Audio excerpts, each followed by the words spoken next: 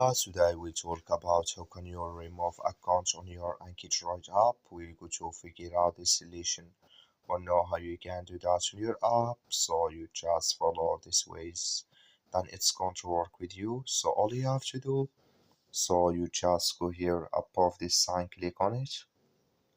When you just click on it, it's going to show for you a list like this here. Then all you have to do now, you just click here on settings. When you just click here on settings, it's going to take you to next step here. It's going to show for you like this here.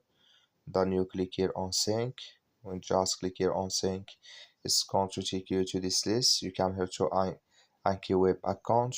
Just click on it here. Then you just click here on remove account here. Then automatically here it's going to remove video on your Anki web account app. So that's all you have to do. That's all I wish you. I give it. Thank you for watching.